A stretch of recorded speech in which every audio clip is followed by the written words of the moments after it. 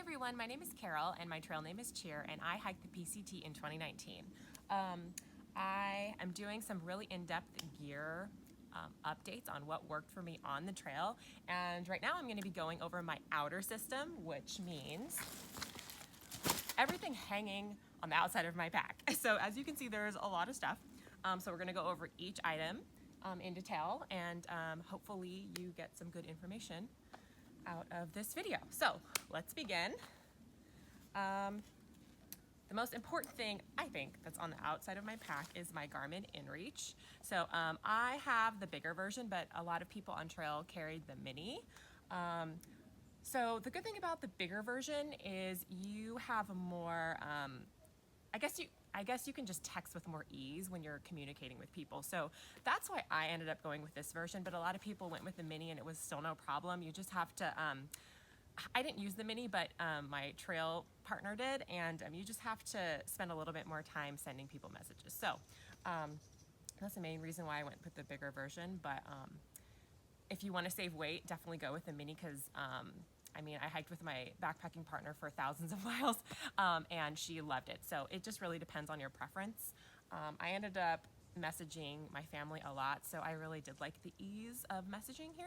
But you can also, which is something I had a little bit of trouble with on the trail, but to make things easier, if you do have the mini version of this, is you can link up your InReach to your phone and then message using your phone, so easier texting or easier messaging, and then it'll go through your Garmin to whoever you are messaging. So very important piece of gear. Also, I'm sure many of you know the good and the pros of this item, but it's really great for safety. So there's a little SOS button on the side. If something happens, if you fall or get hurt or get bit by a rattlesnake or something awful, you can call emergency personnel so they can come rescue you. So that's the main reason that I carried my Garmin InReach, was safety. So very important, especially when I was hiking by myself, which I did a lot of as well during the days and for a couple weeks on my own. So important. I had that hooked right on. I have a Hyperlite pack. So they have these, and I think a lot of packs do have this on the straps. They have little like elastic bands where you can hook things you want to be close to you. So I always hook this near me, within arm's reach. Okay. So on the side pockets, I have my SmartWater bottles with a sports cap, which I thought was important because I'll go into this now, I guess. In my main pocket, I have a Sawyer squeeze, and so a sports top is really good to back flush your Sawyer squeeze. Instead of bringing the whole Sawyer squeeze system and adding weight, you can just use your SmartWater bottle to do that when you're in town. So I really like the SmartWater bottles with the sports cap. And while I have this out, let's go over the Sawyer squeeze. So this is my water filtration system, and I double bagged it because you cannot let these freeze, otherwise they will not work. So I kept this in a Ziploc bag because I would put it in my sleeping bag at night to make sure, well, when it was cold, I'd put it in my sleeping bag at night to make sure it wouldn't freeze. So very important. And I love the Sawyer squeeze. This is the normal size. I found that a lot of people I talked to on trail that used the mini had them fail. So I'm glad I went with the normal size. It's a little bit bigger, but this lasts me the whole through hike. So I really, really recommend this. And also, a lot of people don't like the thought of squeezing your water from your dirty water bottle to your clean water bottle. Squeezing that dirty water bottle gets tiring after a while. So I found that I could just let gravity do its thing. So I didn't end up having to squeeze at all to get the water flow into my clean water bottle to be quick.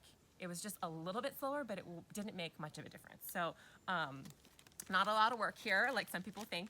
And you just got to make sure it doesn't freeze. So even when it's cold when you're hiking, sometimes I would put it in, like if I had a side pocket or a back pocket, just to make sure it was against my body and wouldn't freeze. But that was probably being a little careful. So we went over that. I also have my sunglasses in a padded case because I was throwing this pack around everywhere, being a little rough with it. So I wanted to make sure I had my sunglasses in a carrying case. They're Oakley's.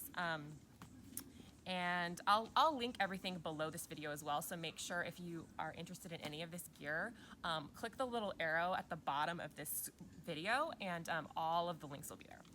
So I had an Oakley pair of sunglasses, and I got this buff at Casa de Luna, which is very cute, which unfortunately they're not going to be hosting hikers anymore, but you can just get any old bandana you have or a buff or something, and I just wrapped that around my glasses and put it in the heavy duty case. And this is like a soft case. So sunglasses. I also had a mosquito net hanging off the side of my pack, which is really important, especially when you are in very buggy areas like Oregon and Northern California. At least when I was going through, was awful. So head net is a must. I was in those areas around July, so definitely bring a bug net. It was also good for bugs that would like, I found this happening a lot, maybe it's just me, but there were like bugs sometimes, I think bees that were territorial, that would circle my head and would get very close. So I would put this on when I was in their territory so they wouldn't like actually touch my face. So I recommend that. It was just kind of hanging off my pack. I also use, and this is definitely a personal preference, and this is clean now, by the way. I washed it, but I used a pee rag for when I would go to the bathroom, so I wouldn't use as much, as many wipes or toilet paper to pack out. So I ended up using a pee rag. And a lot of people do use this technique on trail. It's really great. Anyway, yeah, so I just make sure to wash this every time I was in town. So definitely recommend that. I also kept my cooking or cold soaking pot outside of my pack just because it was kind of bulky and I didn't want to put it inside. And it was just ready to go whenever I needed it. So this is a titanium Vargo Bot 700. So I love this because you can cold soak in this, which I did a lot of in all the desert section. So 700 miles I cold soaked. And I actually cold soaked a little bit after the Sierra as well, but I did introduce a stove into my system when I went through the Sierra and then kept it the whole way. But I would still cold soak sometimes after that. So this is great for cold soaking because it screws, the top screws on and screws off. A lot of pots do not have the screw on top, so it's not cold soak capable to where it would be like airtight. Otherwise liquid would just go everywhere while you're hiking. So this was a little pricey. It was about $100, I think, on Amazon, but it was so worth it, and it will last forever. And it's very, very light. It's made of titanium. I also have a little Snow Peak Spork, nothing fancy. Got it at REI. And I hooked everything together with this little carabiner. So like that, little system going there. Also had the rest of my cooking system, so my lighter, my little stove, my propane, and then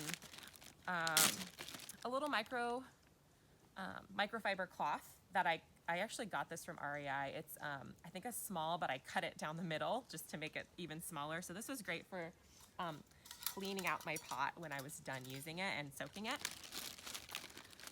So I'll just bring these out, the propane. My little pocket rocket stove, which I think I got on Amazon for like $12 or something. It worked great. And then the lighting, the little sparker, lighter, whatever it's called, ended up failing on this actually well before I started the PCT, so I brought a lighter as well. Also, going with the Sawyer squeeze, I have a Platy bottle. It's a little over 2 liters. It's listed as 2 liters, but there's more, I think it's more like 2.5 liters, which is nice, for my dirty water bottle. So when I would get to a stream or a river when I would need water, I would just fill this up and filter it. So Platy water bottle, definitely recommend it. It's pretty durable. I had to replace this, I think, once on my thru hike. But it was really great and very light. So recommend the Platy bottle.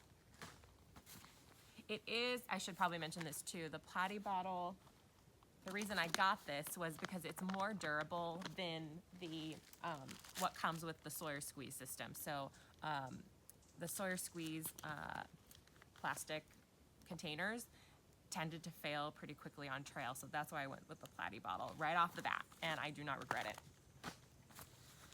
Okay, I would always carry some sort of buff, and this will be included in the clothing system video as well that I'll post later, but I usually carried a buff at least in my pack where it was easy to reach or on me, and I'll go over why buffs are so great later on in another video, but buffs are just like one of my #1 things that I used on trail.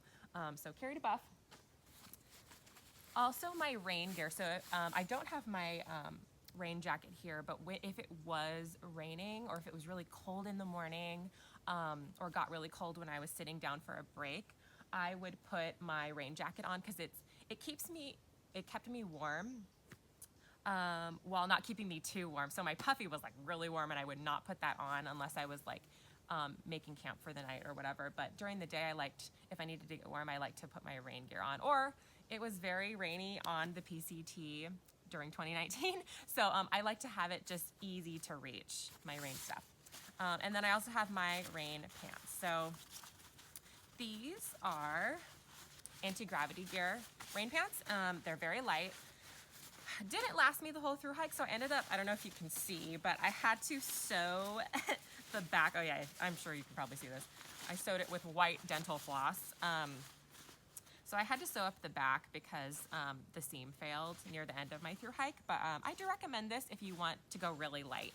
I think I would go with a little bit more of a durable pair if I would do it again, but this was very light, and it was also great for glissading. So in the Sierra, I used this to glissade a lot, and it was wonderful. And I did mention my rain jacket. God, the sun's like right in my eye. Okay, there we go. I did mention my rain jacket, and I did start out with a Mountain Hardwear rain jacket, but it didn't have any vents, so I found myself getting really sweaty and wet when it was cold. So I ended up switching over to a North Face rain jacket. It was a little bit heavier, but it was a lot more durable, and they had pit zips. So I'll show you that in my clothing system video as well. I'll go into detail, but recommend the North Face rain jacket.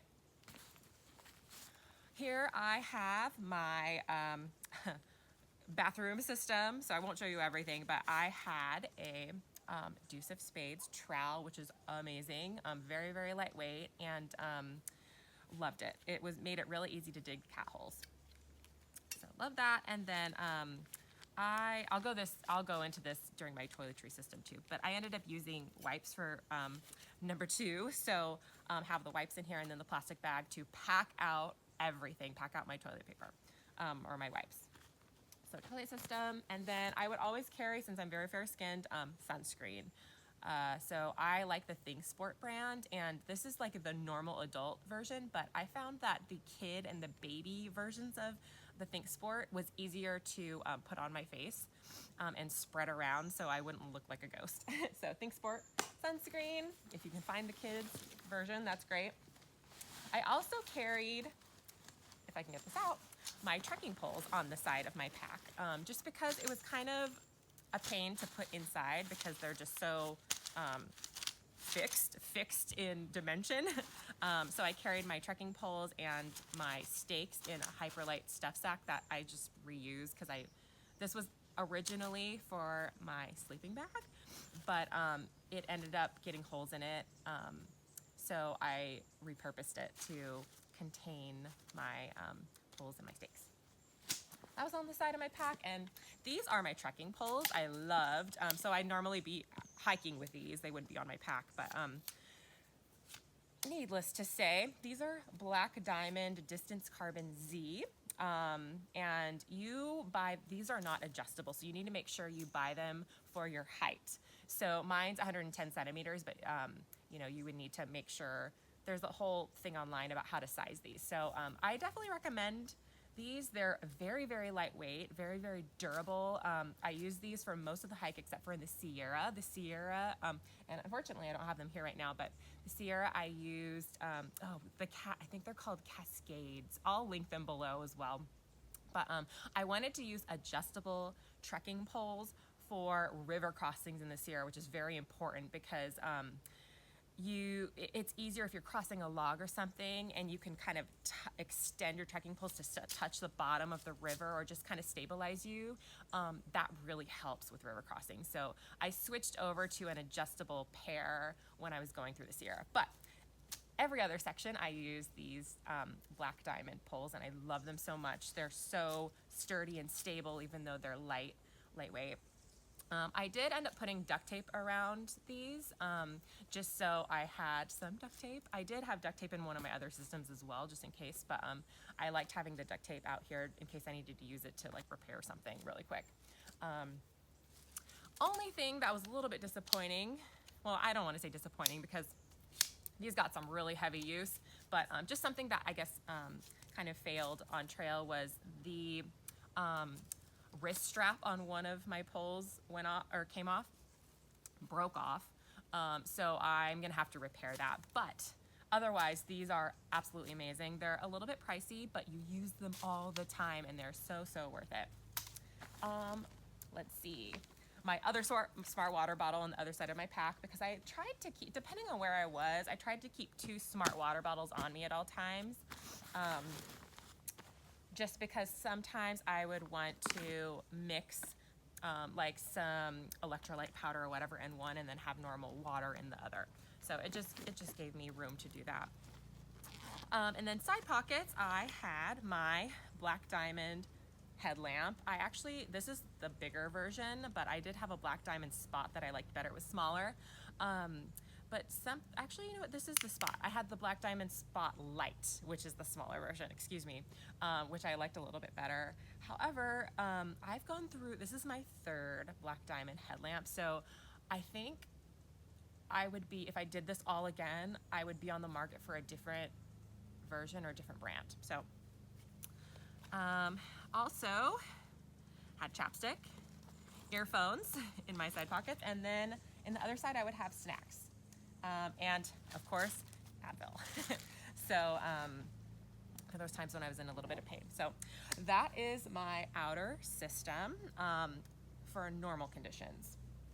In other conditions, AKA when I was in snow, I would have gloves. So these are sealskin waterproof gloves. Very handy. I also had glove liners that were black diamond. They got a little hole in them, so I got rid of them, but I would recommend a liner as well. I also had, I don't know if you can see, my black diamond crampons on the outside of my pack. These were really great for the Sierra. You could also use micro spikes, but for 2017, the snow was pretty intense, and I entered right after actually a big snowstorm at the end of May.